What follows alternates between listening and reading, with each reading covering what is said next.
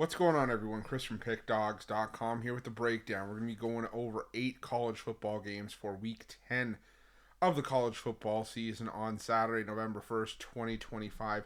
If you're looking for my best bets on the board, the games that I absolutely love, make sure you head to Pickdawgz.com. Click the Experts tab at the top of the page. For me, on Saturday, I got my college football big play. My big play for football this season has been money, whether it's college or the NFL. We've also got a 5-pack from the early action. Likely going to have a 5-pack for the evening and a 3-pack for the middle action on the card. Going to have some NHL on the board, and we're going to have a premium pick for Game 7 of the World Series as well for long-term subscribers. So this is the best time to jump on a long-term pass for me. We usually go high volume on the weekends. The 3-day and the 7-day passes are less than buying each of Saturday's daily packages individually. It gets you the entire Saturday college football card. It gets you my entire NFL Sunday card, and it's going to get you into college basketball opening night on Monday as well. So make sure that you use the promo code PICK at checkout. Get 15% off your purchase. We also have our Inner Circle VIP package, and this is this isn't for everyone. This is more for people that make big bets, people with big bankrolls who are looking to take their betting to the next level and are looking for that one-on-one concierge style service. Now you can call or text the number on the screen, but remember, this is our most expensive premium product, so just keep that in mind before reaching out. But if it's for you, it's an awesome product. I can assure you guys you're going to absolutely love it. But we're here to talk about 8 games from Saturday's college football card. We're starting to get into the home stretch. Teams are jostling for position, getting ready to try to fight for a spot in their conference championship games. You have bigger teams that are fighting for resume building victories in case they have to make a case to the playoff committee. But we're going to be looking at 8 games. Now, we're going to be looking at some that maybe you wouldn't necessarily think about looking at on a college football Saturday, but the money is still the same color regardless of what game you bet it on. So let's not wait any longer. You guys know the drill. Are you ready? I'm ready. Let's get into it. Our first game comes to us at 12 Eastern. It's this matchup between Bowling Green and Buffalo. And I got to admit, after Buffalo lost to Akron last week, it was frustrating, especially if you were a Buffalo backer. And then you kind of do some digging about this Buffalo team in terms of their games in conference play. They beat Kent State by 3 points. Kent State was one of the worst teams in the MAC. They beat them by 3 as 24-point favorites. You take on Eastern Michigan at home. You don't cover as 10-point favorites. You go on the road to UMass in a game that you almost lost outright to one of the worst teams in FBS in UMass. You had to rally from a 21-17 deficit in the third quarter. You were trailing for most of the fourth before scoring with 19 seconds left in a game where UMass had a late turnover and somehow Buffalo got the ball back and was able to pull out the victory with that late touchdown. Bowling Green, they're coming off a back-to-back loss, especially after a loss to Kent State last time out, but I think this is a decent buy low spot for Bowling Green. I think you could easily make the case that Buffalo should be winless in conference play. Had a lot of these, decisions that ended up on the right side of go the other way, and I just feel like this is a spot where Bowling Green finds a way to get it done here. So give me Bowling Green in this one, whether it's laying the 2 or just taking them on the money line. Either way, it's Bowling Green for me in this one. Now we're going to this game between UConn and UAB, also at 12 Eastern. And I feel like UConn, for being 100% honest here, is a little bit fraudulent. I was buying into UConn a little bit going into that game against Rice, and then they lost outright to the Owls in that game, 37-34 as double-digit favorites. Now, yes, they were on the road in that one, and we've seen them, blow out FIU at home, and they have a nice win over Ball State at home as well. But the thing for me is that UConn, like I said, I think that UConn's benefited from getting a lot of teams in favorable positions, and I think it came back to bite them against Rice, believe it or not. Now I think they're getting, a team that you would think is in a bad spot in UAB, but getting them in a decent spot here. I mean, UAB, they're coming off the win over Memphis, and if you came into this game against UConn the following week, maybe you clamor for a letdown. But they had the bye week. You have Alex Mortensen get these guys settled down and get them not really buying into their own hype. They come into this one sort of refocused, and we're gonna have to see how the quarterback situation looks for UAB. Jalen Kitna listed as questionable for this game, but I think that UAB's got some juice here. I think this is a UAB team that, like I said, now that they've kind of found themselves, they're going to be able to, maybe put up a little bit more fight down the stretch. And I think that UAB is live in this game. Maybe if it's a fade of UConn more than anything else. But either way, give me UAB here plus the 11.5. Now we're going to this game between North Texas and Navy, also at 12 p.m. Eastern. This is a big game for the American Conference. North Texas trying to stake their claim to a college football playoff spot, 7-1 on the year.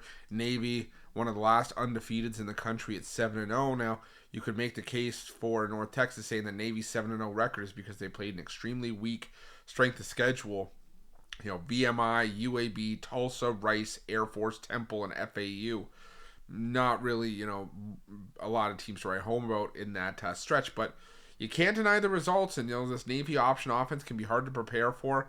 Blake Horvath has done a great job of leading it once again.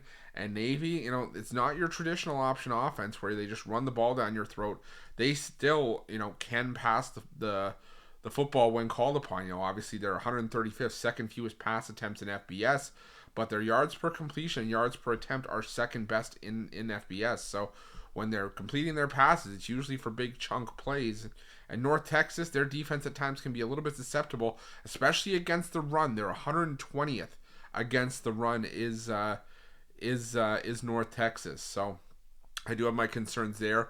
But North Texas offensively should be able to do a ton of damage here. This is a North Texas team that likes to air it out. You're going against a Navy defense. It's 118th against the pass, 110th in yards per completion allowed, 107th in yards per attempt allowed.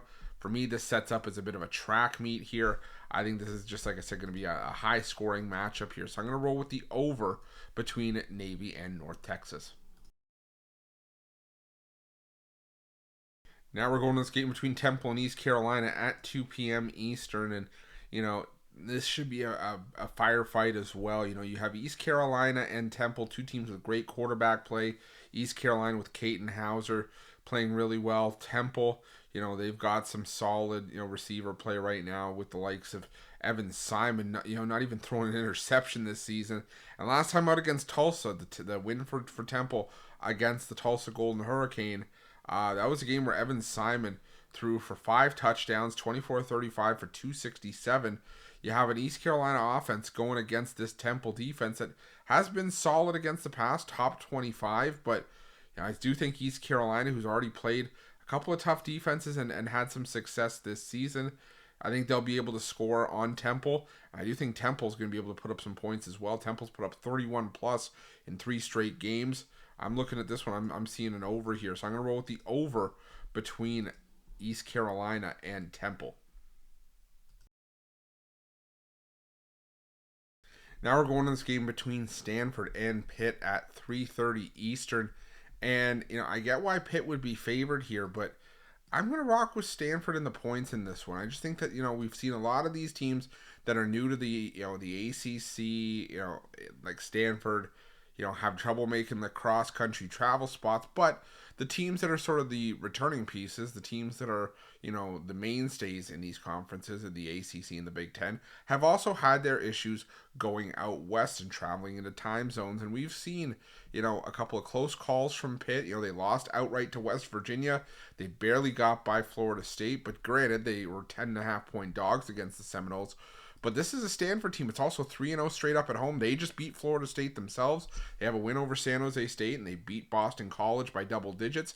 I just think this is a game where Pitt wins, but Stanford covers. Something maybe along the lines of 31-20 for Pitt here, or 34-23, something like that. So I'm going to roll with Stanford here, plus the 2 touchdowns.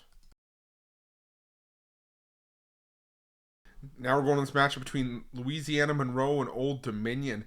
This one's going down at 3:30 Eastern, and Old Dominion at a certain point was looking like a team that could have made a serious case and challenged for the Group of 5 bid from for the college football playoff.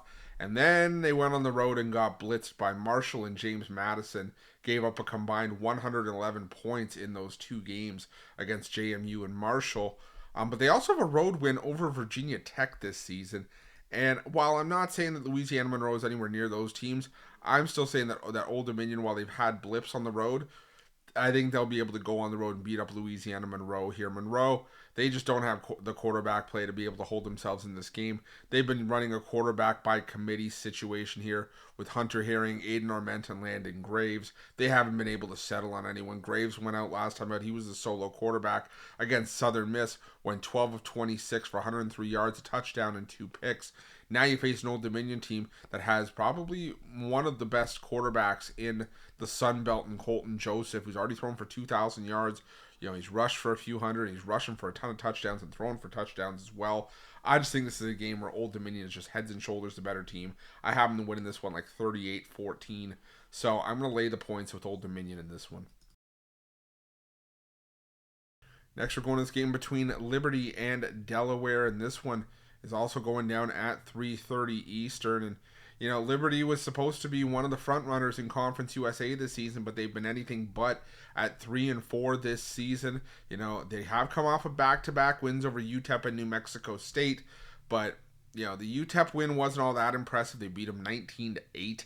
They barely got by New Mexico State at home as 11.5-point favorites. Didn't cover there. The offense has just been dreadful for Liberty, and now you host a Delaware team that is looking really solid right now. They did lose back-to-back games against Western Kentucky and Jacksonville State, and they only beat Middle Tennessee by 3.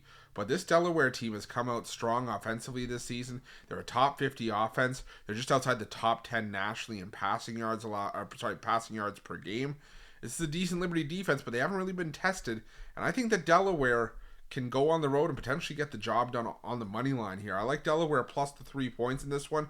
I'm just of the belief that Liberty should not be laying points against anybody.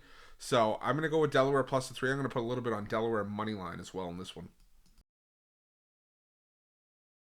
And our final game from Saturday's breakdown comes to us at 7:30 Eastern between Washington State and Oregon State. Old Pac-12 rivals going at it in this one. And Washington State hasn't necessarily been the most impressive offensively, but it's worth noting that a lot of their recent games, they have held their own. And they only lost to Virginia and Ole Miss by a combined 5 points. Those could be teams that you could see in the college football playoff, in the coming months. They beat Colorado State on the road. They did get blown out by North Texas and Washington, giving up 59 points in back-to-back weeks. But they're not going to face that here. Oregon State has been dreadful. And, congrats. You got it. You got in the win column. But you beat FCS Lafayette. That's really not saying a whole lot. We have seen Oregon State get crushed for much of the season. Corvallis is not the home field advantage that it once was. And I think Washington State comes into Reser Stadium here and gets the win in this one. It may be a fade of Oregon State more than anything else, but I'm laying the 3.5 with Washington State in this one to round things out. That's it. That's your college football breakdown for Week 10 on Saturday, November 1st, 2025. Again, if you like this content, make sure you smash that thumbs up, subscribe to our channel. Let me know your college football picks in the comment section below. And if you're looking for my best bets, including my college football big play or any of the action that I have on Saturday's card, make sure that you head to Pickdawgz.com and use the promo code PICK at checkout and get 15% off your purchase. Thanks so much for watching. We'll see you guys soon.